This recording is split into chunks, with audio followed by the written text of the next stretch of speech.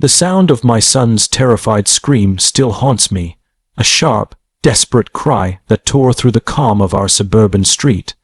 I was in the backyard, stringing up streamers for his birthday party, when that heart-stopping wail hit me like a shockwave. It's the kind of sound that makes any parent abandon everything and run. By the time I reached the front yard, my blood turned to ice.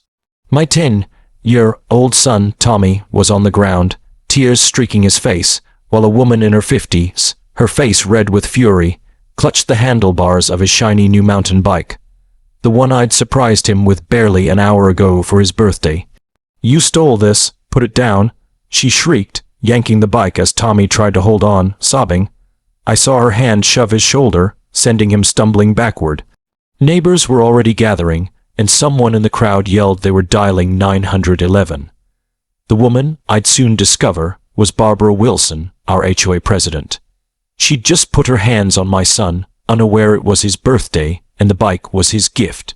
For months, Tommy had been fixated on that red mountain bike, clipping ads from magazines, texting me links, even creating a PowerPoint to argue why it was the perfect, faltering present. For his 10th birthday, I'd made it happen, hiding the bike at my sister's house for weeks. When he opened a small box with a photo of the bike inside, his face lit up, worth every extra hour I'd worked to pay for it. We'd brought it out front, while I set up the backyard with balloons and a cake table. I told him he could ride it up and down our street, staying where I could see him. That's when Barbara must have spotted him and jumped to her own conclusions. "Ma'am, take your hands off my son and his bike," I said, forcing my voice to stay even despite the fury boiling inside. Neighbors were crowding around now, some holding up phones to record. Barbara turned on me, her expression twisted with smug outrage. "Your son, this bike, nice try," she snapped. The Millers reported a stolen bike matching this one. I was on my way to check the Thompsons' unauthorized lawn day, or when I caught this kid in the act. Tommy, still on the grass, looked up at me, voice breaking. "Dad, tell her, it's my birthday gift." Barbara gave a scornful laugh. "Oh, how cute. It's your birthday, so you got a $500 bike.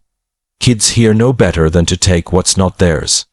This HOA has standards, and I uphold them." I stepped in front of Tommy, helping him stand. "Barbara, this is nonsense. It's his birthday.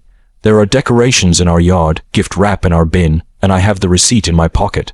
You're way off base." She jabbed a finger at me, sneering. "So you're coaching him to lie? I knew your type didn't fit this neighborhood. The board should have screened you more thoroughly." Whispers rippled through the crowd. Neighbors who'd grumbled about Barbara's crusade against minor infractions like unpainted fences or bins left out too long. Tommy gripped my hand, trembling, as Barbara announced, "I'm taking this bike until its rightful owner is confirmed." When Tommy reached for it, crying, "It's mine," she shoved him again, knocking him down. That was my breaking point. "Don't you touch my son," I roared, stepping forward. "He's a child. What's wrong with you?" Barbara's face flushed deeper. "He's defying an HOA official. This is theft, plain and simple." Mrs. Chen, our neighbor across the street, held up her phone. "I've got it all on video, Barbara. You pushed that boy. That's assault." Barbara froze, then retorted, "Nonsense. He fell trying to flee with stolen goods. I'm the victim." Sirens wailed in the distance. Barbara's expression turned self-assured. "Good. Now we'll settle this. You'll see what happens when you break my neighborhood's rules." 2 officers stepped out of the cruiser, surveying the scene. A crying kid, a furious woman holding a bike, and neighbors filming. I recognized Officer Martinez from community barbecues. "What's happening here?" he asked. Barbara dove in. "Officer, I caught this boy stealing a bike. When I confronted him, his father threatened me. I'm just doing my duty as HOA president to protect our community." I took a steadying breath. "Officer Martinez, it's my son's 10th birthday. That bike's his gift from me. I have the receipt, and these neighbors saw me give it to him this morning. This woman harassed my son.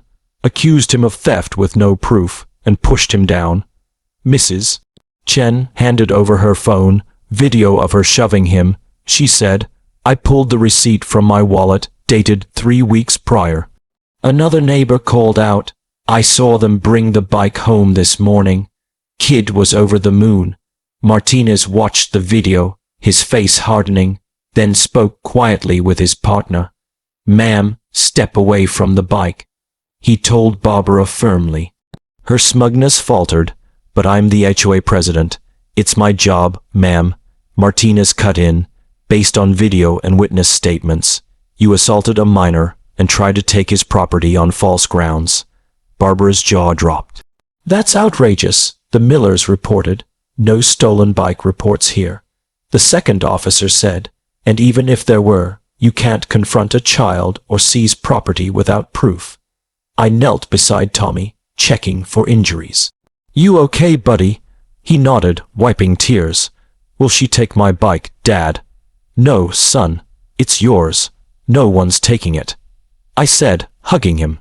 The situation escalated when Martinez told Barbara to put her hands behind her back. "Barbara Wilson, you're under arrest for assault on a minor and attempted theft. You have the right to remain silent." The crowd gasped. Barbara's face paled as reality hit. "This is insane. I'm the HOA president. I'll have your badge. I'll sue this whole street," she shouted as the officers led her to the cruiser. Tommy looked up, eyes wide. "Dad, is she getting arrested because of me?"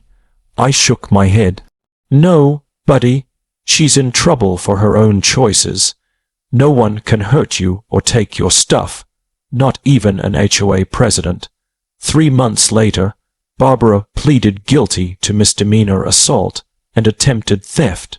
The judge gave her 6 months probation, a $5,000 fine, mandatory anger management classes, and a restraining order to stay 100 feet from our family. The HOA board voted her out unanimously in an emergency meeting the following week. Word spread that Barbara was selling her house, unable to face the neighbors who'd seen her unravel. As she loaded boxes into a moving truck, our eyes met across the street. For a moment she stood still, her face a mix of shame and defiance. Then, without a word, she turned and disappeared inside, the door slamming shut behind her.